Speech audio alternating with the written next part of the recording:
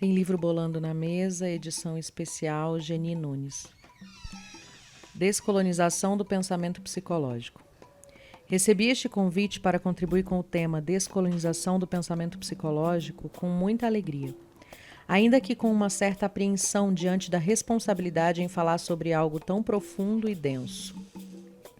O tema desta edição são as novas práticas da psicologia na atualidade. E as aspas no novas são muito propícias para a discussão que pretendo levantar neste ensaio.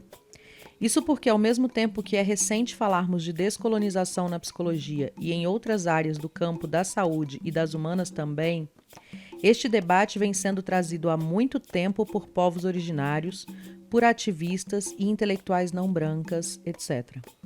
Então, como algo que já tinha um certo acúmulo político de discussão ainda não havia sido escutado pelos espaços hegemônicos de saber. Acredito que Foucault, teórico branco, nos dá uma preciosa pista para a resposta desta pergunta. Ele nos lembra que os discursos só podem ser enunciados desde certas condições de possibilidade históricas, políticas, sociais. A teórica não branca, Spivak, também traz uma contribuição fundamental a esta discussão ao ressaltar que a possibilidade da fala subalterna é entremeada pelos regimes seletivos de escuta, ou seja, mesmo falando, nem sempre há uma real escuta. Assim, o significativo aumento no ingresso de estudantes indígenas e negros nas universidades nas últimas décadas tem permitido que novas, entre aspas, perguntas pudessem ser feitas neste ambiente e é como uma das estudantes desta geração que eu falo aqui. Neste ponto do texto, talvez algumas leitoras tenham estranhado eu ter descrito Foucault como teórico branco. Qual a relevância disso? Talvez alguns de vocês estejam se perguntando agora. Este exercício que estou fazendo faz parte de uma prática que se propõe em processo contínuo de descolonização. Em outras palavras, estamos acostumados a expor ontologicamente corpos não hegemônicos como se só tivesse raça quem é negro ou indígena, como se só tivesse gênero quem é mulher, identidade de gênero quem é trans, orientação sexual quem é LGB e por aí se segue. Com este exemplo, quero retomar os termos colonização, colonialidade, descolonização, pós-colonial, decolonial, etc. Pós-colonial. Bem resumidamente, pós-colonialismo é um conjunto de teorias que problematiza os efeitos históricos, políticos, simbólicos do colonialismo, especialmente os ocorridos em África e Ásia.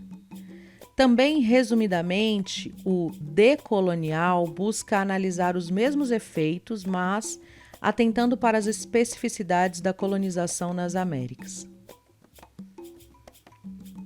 À primeira vista, esta fartura de termos pode parecer desencorajadora, mas pretendo mostrar que, na verdade, estes conceitos podem ser ferramentas de facilitação não só para o exercer da nossa profissão, mas como sujeitos antirracistas.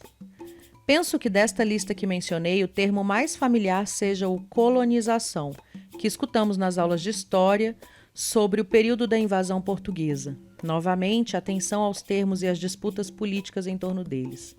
A América, Abya Yala, não foi simplesmente descoberta. Ela foi invadida, saqueada, explorada e, pelo menos na experiência escolar que tive, a colonização era narrada como um processo encerrado em um passado longínquo. Acontece que a colonização não acabou. Ela se atualizou, transformou-se no que contemporaneamente nomeamos como colonialidade, que dá um nome e um lugar às marcas da colonização em nosso povo hoje.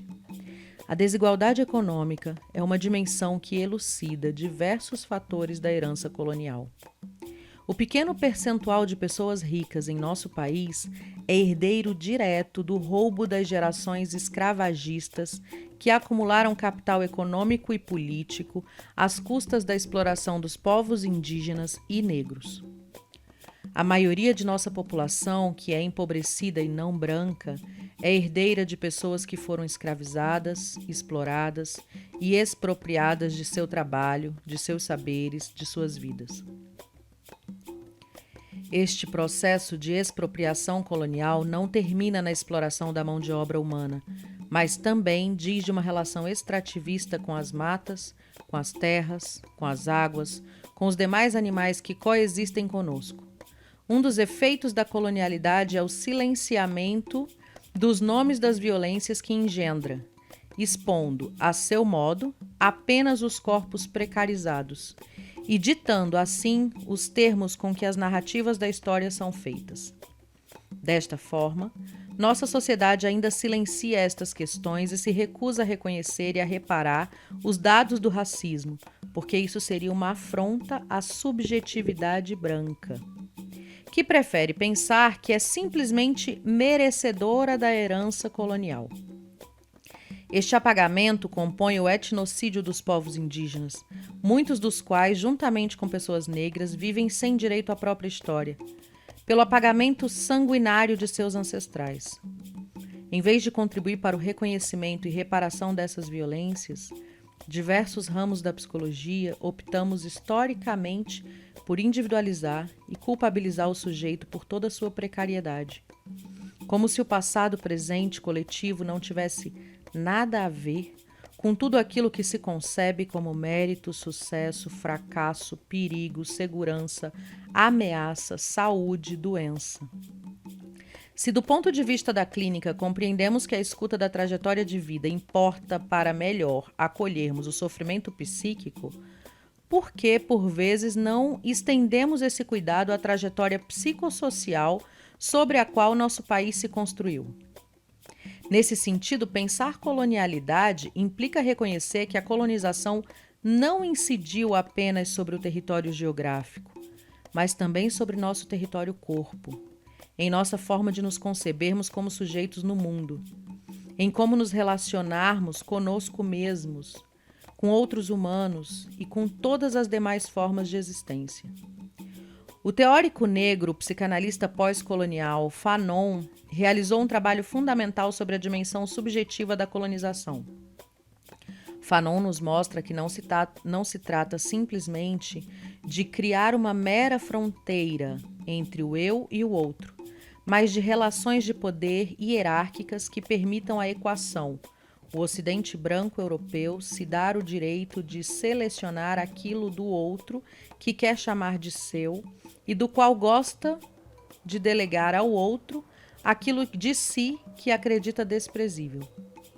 Como este autor nos aponta, a colonização diz respeito a um processo de edição arbitrária de valores, de saberes, de vidas. Por ser uma edição, ela produz um empobrecimento simbólico não só daquele que vê como os demais, como seu outro, mas também de si mesmo. Tanto por isso que, neste empobrecimento, é muito frequente observarmos que a violência e o extermínio sejam a única ou a principal forma de lidar com as relações. Algo que pode ser nitidamente observado no feminicídio e nos genocídios do povo negro e indígena.